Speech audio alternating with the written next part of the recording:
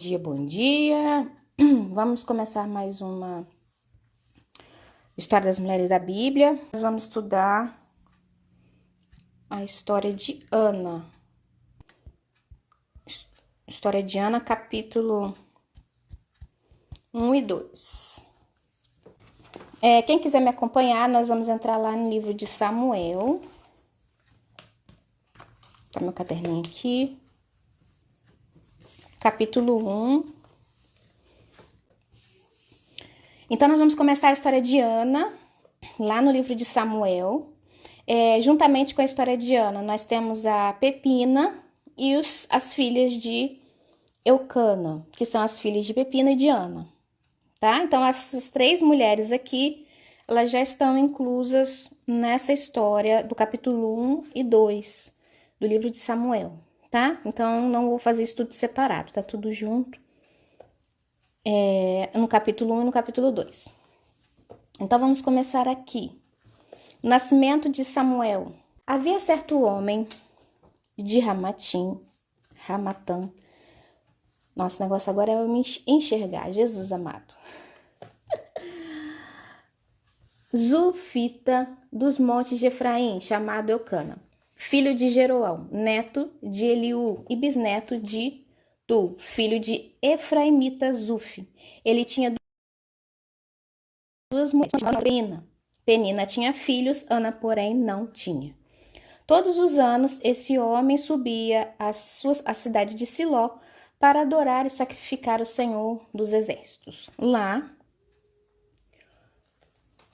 vou aproximar aqui, gente, para conseguir até para vocês lerem também. Eu estou aqui, ó. Rofine e Finéias, os dois filhos de Eli, eram sacerdotes do Senhor. No dia em que Eucana oferecia sacrifícios, dava porções à sua mulher Penina e a todos os filhos e filhas dela. Mas a Ana dava uma porção dupla, porque a amava, apesar do Senhor tê-la deixado estéril. E porque o Senhor a tinha deixado estéril, sua rival a provocava continuamente a fim de irritá-la.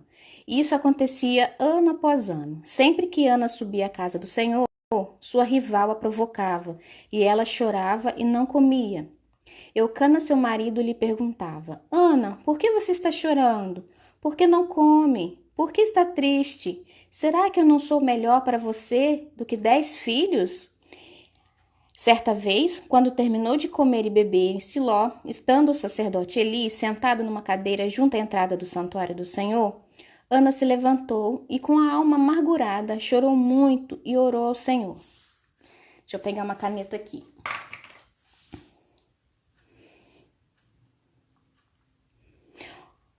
Fez um voto, dizendo: Ó Senhor dos Exércitos, se tu deres atenção à humilhação de sua serva, te lembrares de mim e não te esqueceres de tua serva, mas lhe deres um filho, então eu dedicarei ao Senhor por todos os dias de sua vida, e o seu cabelo e a sua barba nunca serão cortados.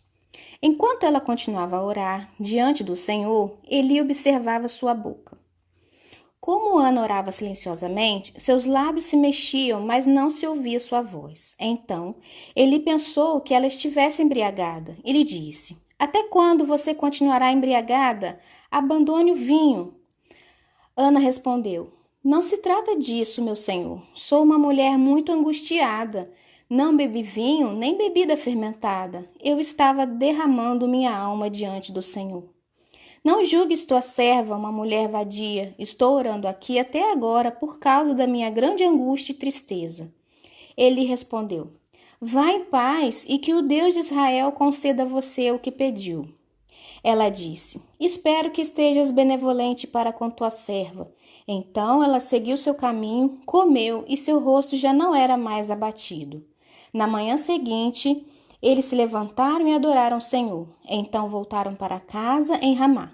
Eucana teve relações com sua mulher Ana, e o Senhor se lembrou dela. Assim, Ana engravidou, no devido tempo deu à luz um filho.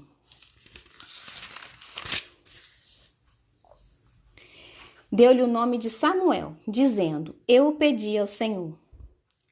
Ana consagra Samuel. Quando no ano seguinte Eucana subiu com toda a sua família para oferecer o sacrifício anual ao Senhor e para cumprir o seu voto, Ana não foi e disse ao seu marido: depois que o menino for desmamado, eu o levarei e o apresentarei ao Senhor, e ele morará ali para sempre. Disse Eucana a seu marido: faça o que parecer melhor a você. Fique aqui até desmamá-lo, que o Senhor apenas confirme a palavra dele. Então ela ficou em casa e criou seu filho até que o desmamou. Depois de desmamá-lo, levou o menino ainda pequeno à casa do Senhor, em Siló, com um novilho de 3 anos de idade, uma arroba de farinha e uma vasilha de couro cheia de vinho. Eles sacrificaram o novilho e levaram o menino a Eli. E ela lhe disse: meu senhor, juro por tua vida que eu sou a mulher que esteve aqui ao teu lado orando ao Senhor. Era este menino que eu pedia e o Senhor concedeu-me o pedido. Por isso agora eu dedico ao Senhor por toda a sua vida. Será dedicado ao Senhor, e ali adorou ao Senhor. E aí entramos no capítulo 2, que é uma oração de agradecimento. Então Ana orou assim: meu coração exulta no Senhor. No Senhor minha força é exaltada, minha boca se exalta sobre os meus inimigos, pois me alegro em tua libertação. Não há ninguém santo como o Senhor, não há outro além de ti, não há rocha alguma como o nosso Deus. Não fale então orgulhosamente, nem saia da sua boca a tal arrogância, pois o Senhor Deus é sábio, é Ele quem julga os anos dos homens. O arco dos fortes é quebrado, mas os fracos são revestidos de força. Os que tinham muito agora trabalham por comida, mas os que estavam famintos agora não passam fome. A que era estéril deu à luz 7 filhos, mas a que tinha muitos filhos ficou sem vigor. O Senhor mata e preserva a vida. Ele faz descer a sepultura e dela resgata. O Senhor é quem dá pobreza e riqueza. Ele humilha e exalta. Levanta do pó o necessitado e do monte de cinzas ergue o pobre. Ele os faz sentar com príncipes e lhe dá lugar de honra, pois os alicerces da terra são do Senhor. Sobre eles estabeleceu o mundo. Ele guardará os pés dos seus santos. Ambos os ímpios serão silenciados nas trevas. Pois não é pela força que o homem prevalece. Aqueles que se opõem ao Senhor serão despedaçados. Ele trovejará do céu contra eles. O Senhor julgará até os confins da terra.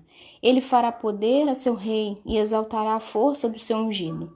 Então Eucana voltou para casa em Ramá, mas o menino começou a servir o Senhor sob a direção do sacerdote Eli.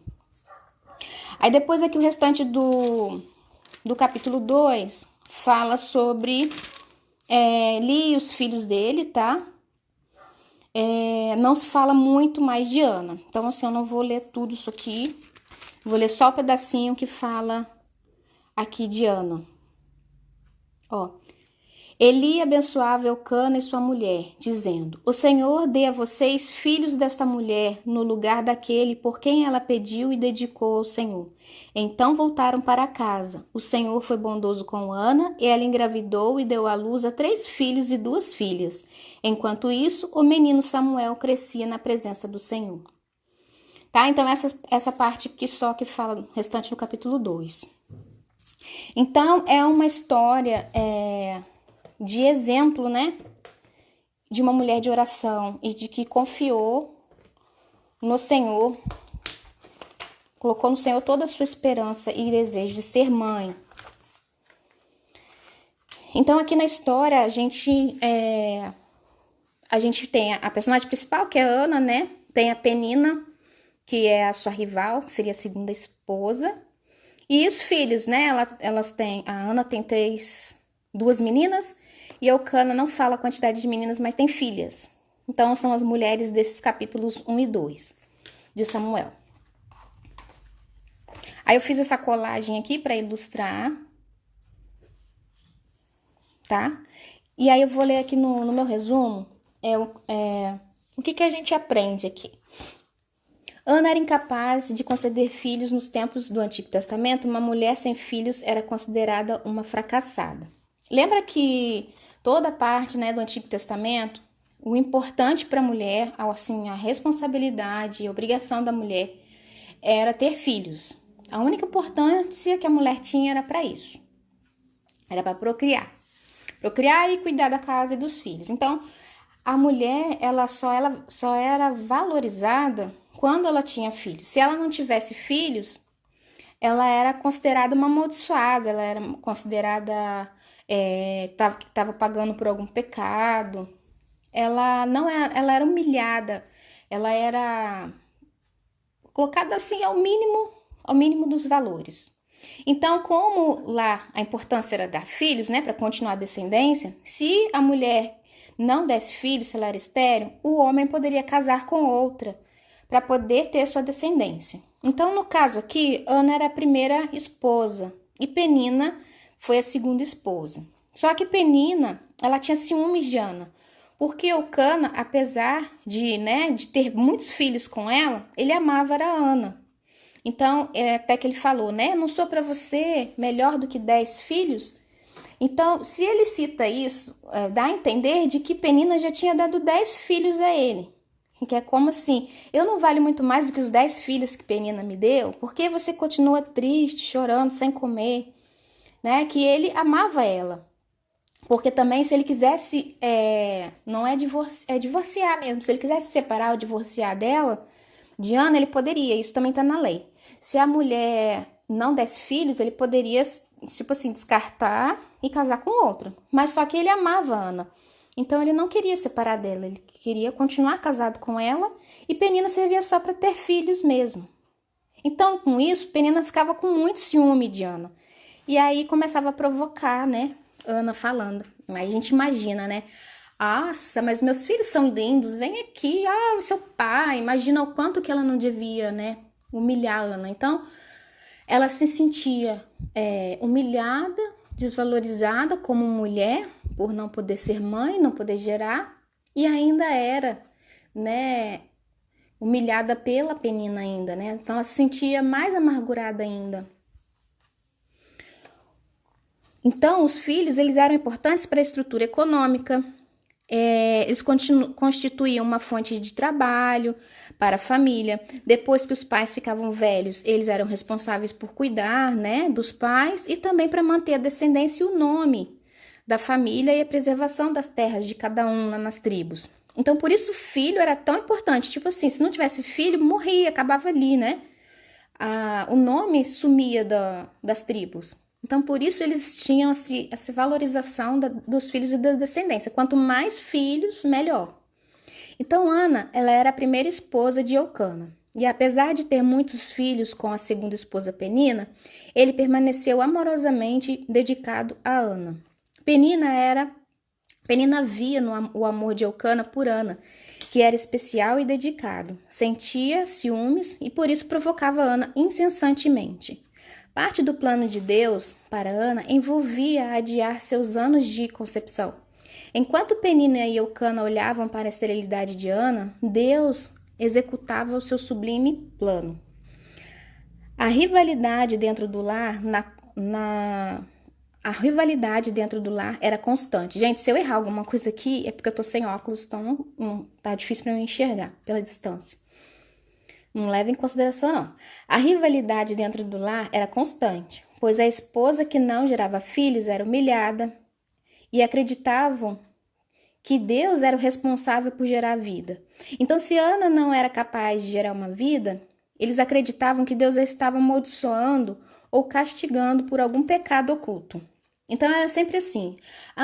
Deus é que dava a vida, né? Cada filho que vinha era, né, Deus que gerava. Então, se a mulher era estéril, ela era considerada como uma amaldiçoada por Deus, ou ela tinha algum pecado, que lá era assim, né? Se acontecia alguma coisa errada com você, algum sofrimento, Deus estava te castigando por alguma coisa. Então, todo mundo olhava para ela acreditando, pensando assim, isso era a cultura deles, né? Então, imagina todos os parentes, o povo ao redor dela, né? As pessoas que moravam ao seu redor, que a conhecia, estavam pensando desse jeito. E além disso, ela queria ser mãe, né? Tinha o desejo de gerar um filho e ainda tinha Penina provocando ela para piorar a situação. Então, a questão da esterilidade, combinada com a irritação por parte de Penina, faziam com que Ana ficasse profundamente angustiada e por isso chorava e não se alimentava. Ana tinha bons motivos para se sentir desencorajada e amargurada. Ela não podia gerar filhos, ela compartilhava seu marido com outra mulher que a ridicularizava. Seu excelente esposo não podia resolver seu problema, porque ele não tinha problema para ter filho, só ela, né? E até o sumo sacerdote a confundiu, né, com uma bêbada. Então, ao invés de se irar, mesmo assim, com todas essas questões que ela podia, né, se revoltar, em vez de se irar e perder a esperança, ela orou. Ela levou o seu problema honestamente diante de Deus.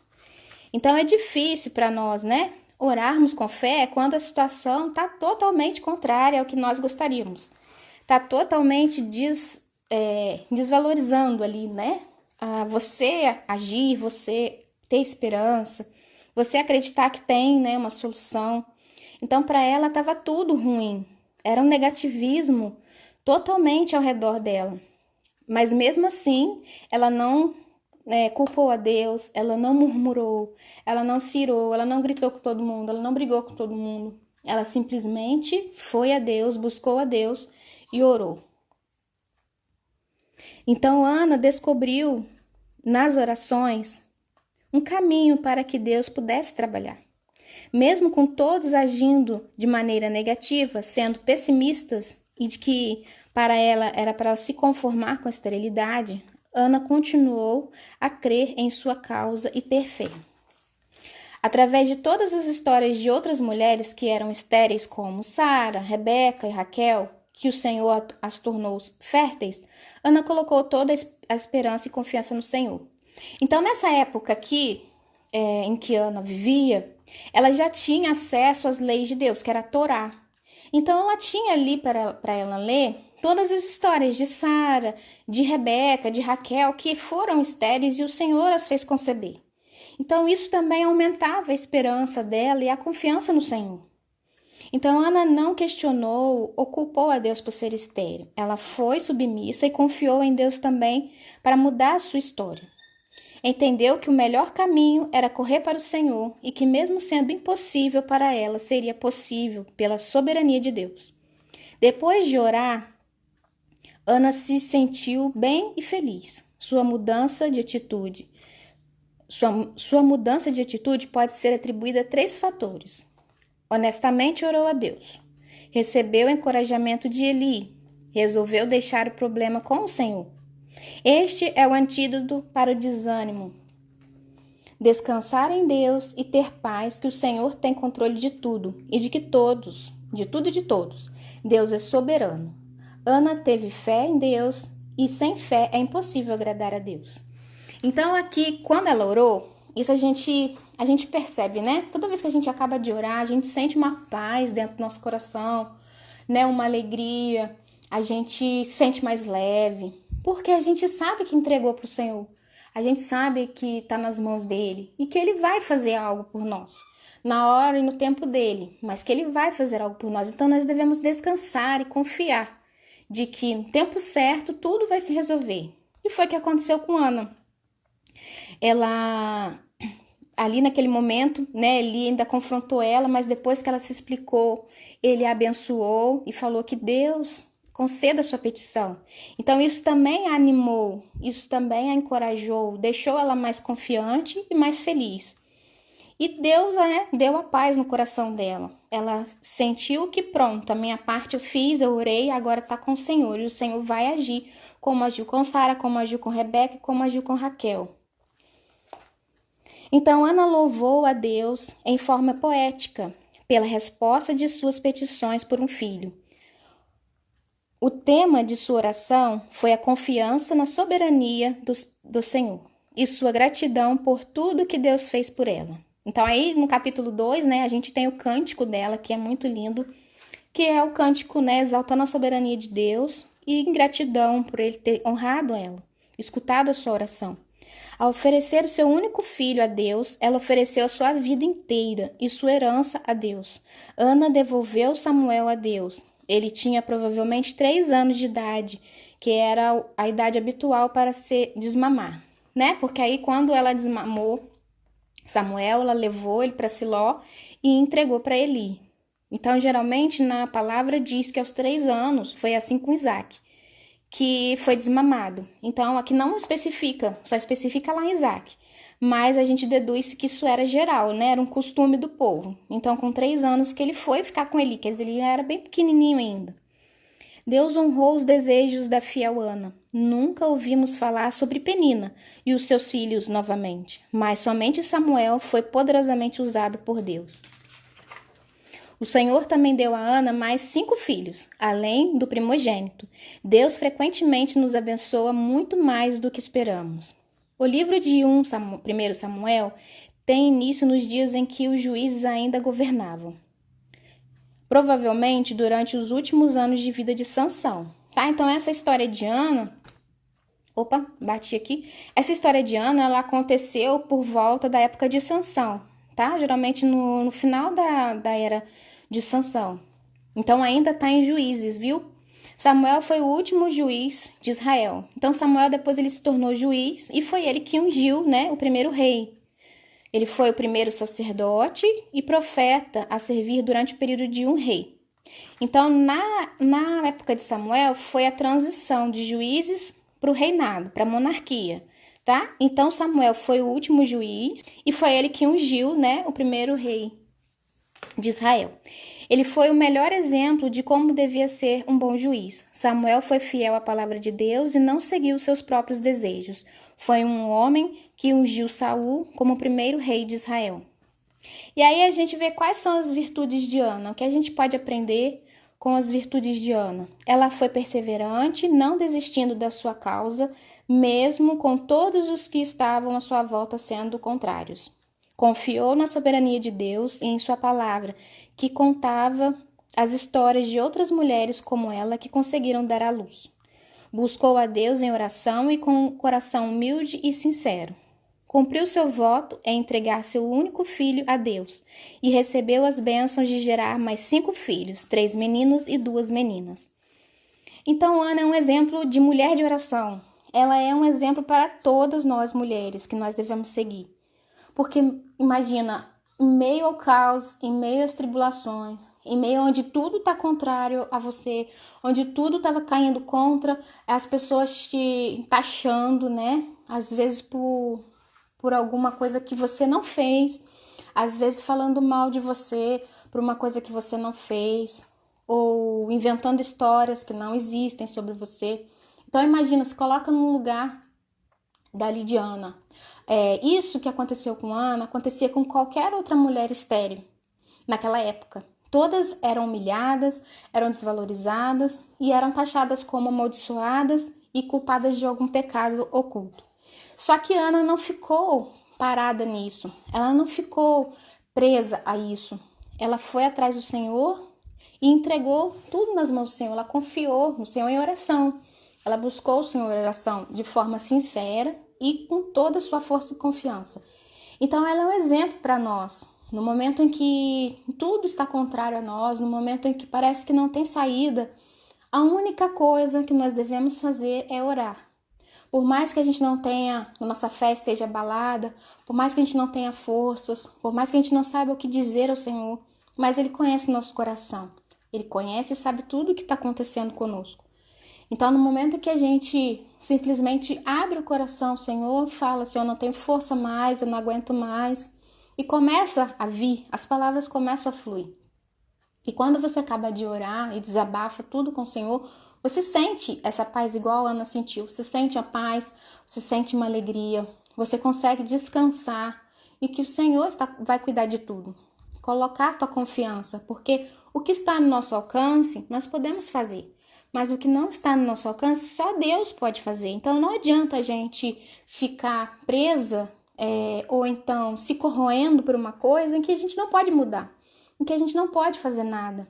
Então, o único caminho que a gente pode fazer é entregar para o Deus do impossível, porque para Ele pode fazer tudo. Basta a gente ter fé, basta a gente confiar nele, basta a gente acreditar, descansar e esperar, porque também não é no nosso tempo. Às vezes a gente ora, a gente não sabe aqui quantos anos que Ana ficou orando por um filho. Aqui só conta parte da história, mas às vezes ela deve ter ido muitas vezes a Siló, Muitas vezes ela foi humilhada por Penina na hora de oferecer o sacrifício. Aqui diz que ele tinha boas condições, então ele oferecia até por ano uma porção maior, por compaixão a ela, porque ele amava muito a ela. Mas, como cada filho de Penina também era oferecido, imagina o quanto ela não ficava triste, né? Porque ela não tinha os filhos para oferecer sacrifício também. Então, ela não ficou presa nisso, né? Ela confiou no Senhor. Então, a única saída que temos é buscar a Deus. Na hora que a gente se sente no fundo do poço, a nossa única saída é esticar a mão para o Senhor nos tirar de lá. Não há outro caminho. Então, basta a gente confiar e Deus tudo fará no seu devido tempo, não é na nossa hora. Então, a gente não sabe quando é a vontade de Deus, qual é o tempo de Deus, não é? Às vezes, o que nós estamos pedindo em oração não condiz com a palavra. Então, se não condiz com a palavra, não condiz com a vontade de Deus. Então, ele não vai ouvir tua oração. A tua oração será ouvida quando ela estiver de acordo com a vontade de Deus. Como nós sabemos se é a vontade de Deus? Se está em tua palavra. Se o que nós pedimos é contrário, não é certo perante Deus, ele não vai fazer. Agora, se está correto, se o que você pede é algo bom, se você pede algo que vai ajudar alguém, ou ajudar você mesmo a melhorar, a crescer, ou ajudar alguém também, o Senhor vai ouvir no devido tempo. Ele vai fazer sempre o que for melhor para nós, para a nossa felicidade, mesmo que no momento a gente não possa compreender que é melhor, mas ele sempre tem o seu propósito na nossa vida. Então, ore. Não deixe de orar, busque o Senhor a oração todos os dias. Coloque suas petições nos pés do Senhor. Veja, analisa se o que você está pedindo ao Senhor é correto, vai fazer bem a alguém, vai fazer bem a você. Analisa e espera, não tenha pressa, não fique ansioso.